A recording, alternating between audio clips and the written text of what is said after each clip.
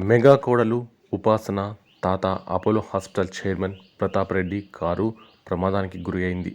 చెన్నైలోని ఓ వ్యాన్ ప్రతాప్ రెడ్డి కారుపైకి దూసుకుపోవడంతో ఆయనకు త్రుటిలో ప్రమాదం తప్పింది. ఈ ఘటన గురించి స్థానికులు పోలీసులకు సమాచారం అందించడంతో సంఘటనా స్థలానికి వెంటనే చేరుకొని కేసు నమోదు చేసుకుని దర్యాప్తు చేపట్టారు. ఇక ఈ విషయం తెలిసిన వారంతా అదృష్టం బాగుందని అంటున్నారు. అలాగే ఆయనకు ఏమైంది అని ఆరాలు తీస్తున్నారు. ఈ ఘటనకు సంబంధించిన పూర్తి వివరాలు తెలియాల్సి ఉంది.